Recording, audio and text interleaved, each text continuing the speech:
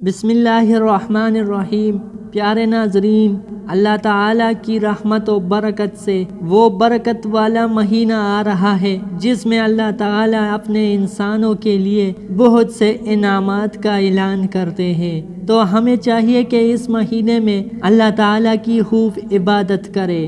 اس کے متعلق رسول اللہ صلی اللہ علیہ وسلم کی حدیث مبارکہ ہے۔ حضرت سلمان فارسی رضی اللہ تعالیٰ عنہ سے روایت ہے کہ ماہ شعبان کی آخری تاریخ کو رسول اللہ صلی اللہ علیہ وسلم نے ہم کو ایک خطبہ دیا۔ اس میں آپ صلی اللہ علیہ وسلم نے فرمایا، اے لوگو، تم پر ایک عظمت و برکت والا مہینہ سایہ افغن ہو رہا ہے۔ اس مبارک مہینہ کی ایک رات شب قدر 1000 مہینوں سے بہتر ہے۔ اس مہینے کے روزے اللہ تعالیٰ نے فرض کیے ہیں، اور اس کی راتوں میں بارگاہ خداوندی میں کھڑے ہونے یعنی نماز تراویح پڑھنے کو نفل عبادات مقرر کیے ہیں، جس کا بہت بڑا ثواب رکھا ہے۔ جو شخص اس مہینے میں اللہ تعالیٰ کی رضا اور اس کا قرب حاصل کرنے کے لیے کوئی غیر فرض عبادت یعنی سنت یا نفل ادا کرے گا تو اس کو دوسرے زمانہ کے فرضوں کے برابر کا ثواب ملے گا، اور اس مہینے میں فرض ادا کرنے کا ثواب دوسرے زمانے کے 70 فرضوں کے برابر ہے۔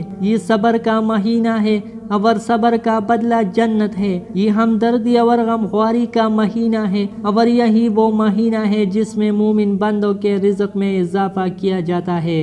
جس نے اس مہینے میں کسی روزہ دار کو اللہ کی رضا اور ثواب حاصل کرنے کے لیے افطار کرایا تو اس کے لیے گناہوں کی مغفرت اور آتش دوزخ سے آزادی کا ذریعہ ہے، اور اس کو روزہ دار کے برابر ثواب دیا جائے گا، بغیر اس کے کہ روزہ دار کے ثواب میں کوئی کمی نہیں کی جائے گی۔ آپ صلی اللہ علیہ وسلم سے عرض کیا گیا، یا رسول اللہ، ہم میں سے ہر ایک کو تو افطار کرانے کا سامان مسیر نہیں ہوتا، تو کیا غربا اس عظیم ثواب سے محروم رہیں گے؟ تو آپ صلی اللہ علیہ وسلم نے فرمایا، اللہ تعالیٰ یہ ثواب اس شخص کو بھی دے گا جو دودھ کی تھوڑی سی لسی یا صرف پانی ہی کے ایک گھونٹ پر کسی روزہ دار کا روزہ افطار کرا دے۔ رسول اللہ صلی اللہ علیہ وسلم نے سلسلہ کلام جاری رکھتے ہوئے آگے ارشاد فرمایا کہ جو کوئی کسی روزہ دار کو پورا کھانا کھلا دے اس کو اللہ تعالیٰ میرے حوض یعنی کوثر سے ایسا سیراب کرے گا جس کے بعد اس کو کبھی پیاس نہیں لگے گی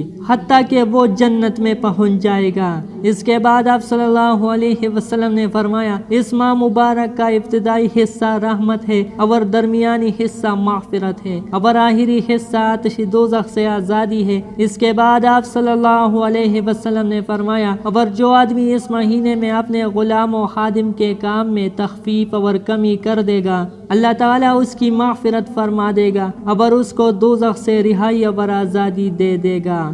اللہ تعالیٰ ہم سب مسلمانوں کو توفیق دے کہ اس عظیم مہینے میں خوب عبادت کرے۔